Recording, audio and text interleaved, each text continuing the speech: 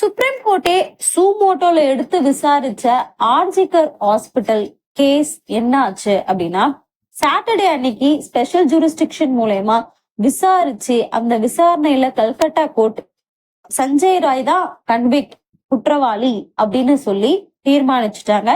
ஆனா எந்த அளவுக்கு அவருக்கு சிறை தண்டனை இருக்கும் அப்படிங்கிறத திங்கட்கிழமை சொல்றதா சொல்லியிருப்பாங்க.